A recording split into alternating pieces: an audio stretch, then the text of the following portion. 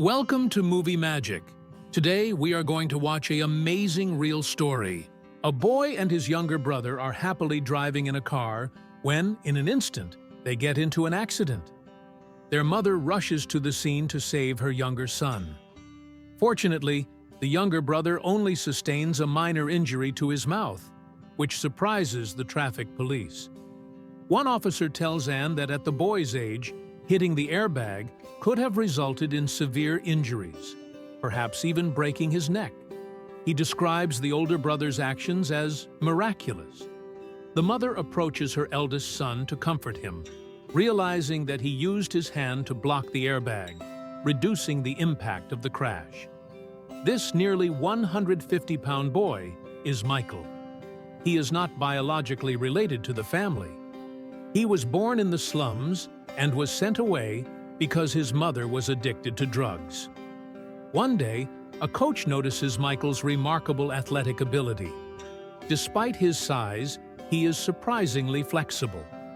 The coach expresses a desire to recruit him, but the school principal initially dismisses him due to poor academic performance. Nevertheless, the coach advocates for Michael, believing the school should not overlook his talent. As a result, Michael is accepted into the school, but he is not happy. He is tall and overweight, and he only has one t-shirt that he wears all year round. His classmates stare at him, but Michael is indifferent, believing that his current tragic life could be improved.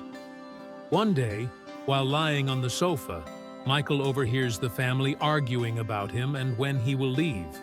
He doesn't want to be a burden. Instead, he heads to the football field to pick up trash.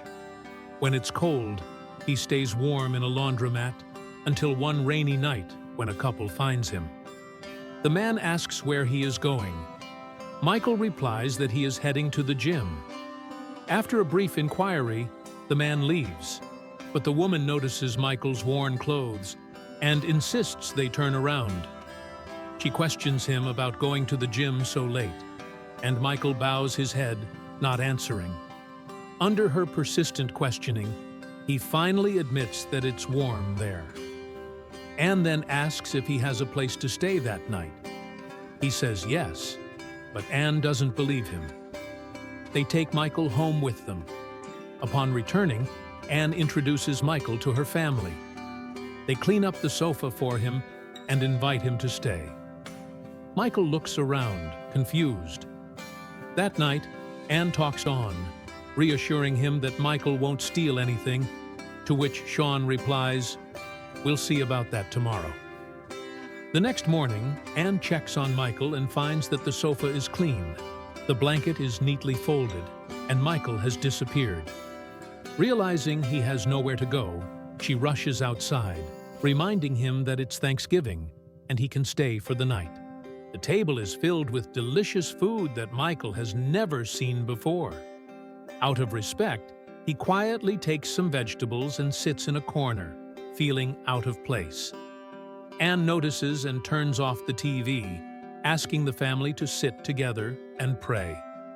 Collins, aware of Michael's discomfort, reaches out to him, marking the first time Michael feels the warmth of family. That day, Anne takes Michael to get some clothes. As they prepare to get out of the car, Michael stops her, saying, "Stay in the car, don't go out." She looks out and sees some rude people teasing him. Michael greets his childhood friend David as they approach the house that has been boarded up. Anne then takes him to a nearby store to buy necessities. While walking through the neighborhood, they encounter threatening looks. Anne asks him, "Will you protect me?" He reassures her, "I am here." She takes his arm, and after buying clothes, she takes him to school. At dusk, Anne asks Michael if he wants to stay with them. He replies, "I don't want to leave anymore." Anne smiles, and when she gets home, she cleans up a room for Michael and orders a large bed. Michael tells Anne, "No one has ever done this for me before. This is the first time I've had my own bed." Hearing this, Anne feels a bittersweet ache in her heart. Sitting quietly on the sofa, for a long time. In the following days, Michael's bond with the family grows stronger. They even take family photos together. However, this attention attracts the concerns of others, with some questioning why Anne would want to adopt such a big boy. As Michael participates in his first football lesson, he shows physical strength, but struggles to assert himself and protect his teammates. Instead, he prefers to carry them rather than collide with others. He also finds himself captivated by balloons floating in the sky. The coach begins to train Michael, and their relationship deepens. One day, Michael expresses a desire for a driver's license, prompting Anne to laugh and ask why he would want one without a car. The next day, Anne goes to the police station to start the adoption process, but she discovers that she can't find Michael's name.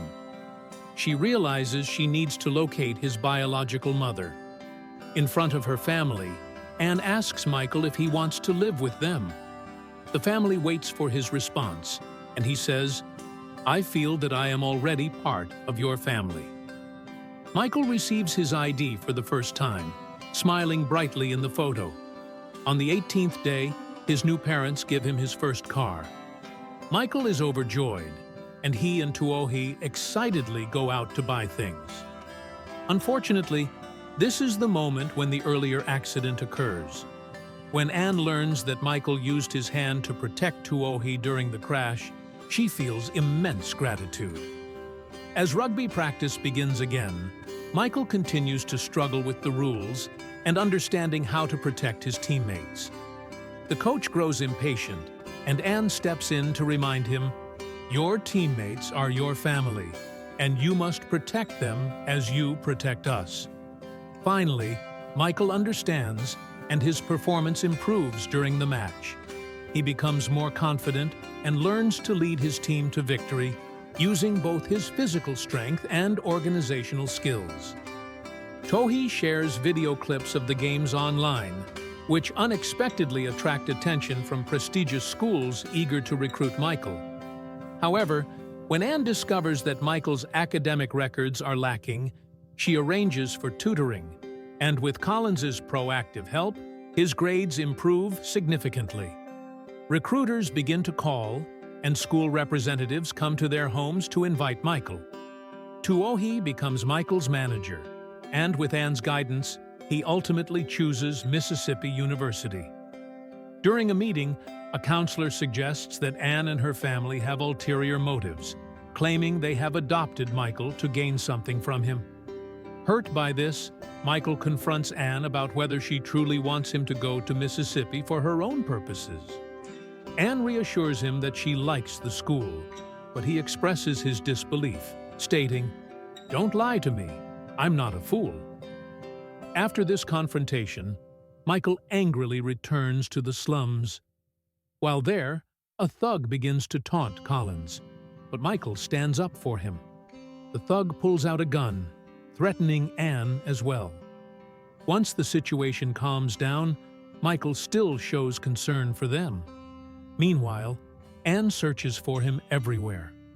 When they finally reunite, Anne apologizes, saying, "I really want you to bring glory to my school, but you can choose the school that's right for you because this is your life." Michael returns to the counselor, explaining that he wasn't tempted by anything and that he chose Mississippi because it was where his mother had studied. On the day of admission, Anne holds Michael's hand, reminding him not to play games all day and to study hard. She tells him to call if he needs money. As Michael smiles happily, he knocks on the car door after Anne gets in. Not wanting him to see her tears, she pretends to be strong and asks, "What happened, Michael?" He replies, "I want your hug, Mom." This is the true story of Michael Oher. Born in 1985 in the slums, he rose to academic success with the help of a loving family. In 2014, he signed a contract with a professional football team, achieving great success. He never forgets his roots and continues to help those in need. Tragically, his friend David, who also had similar athletic skills, was transferred between foster families and was killed in a gang fight at just 21 years old.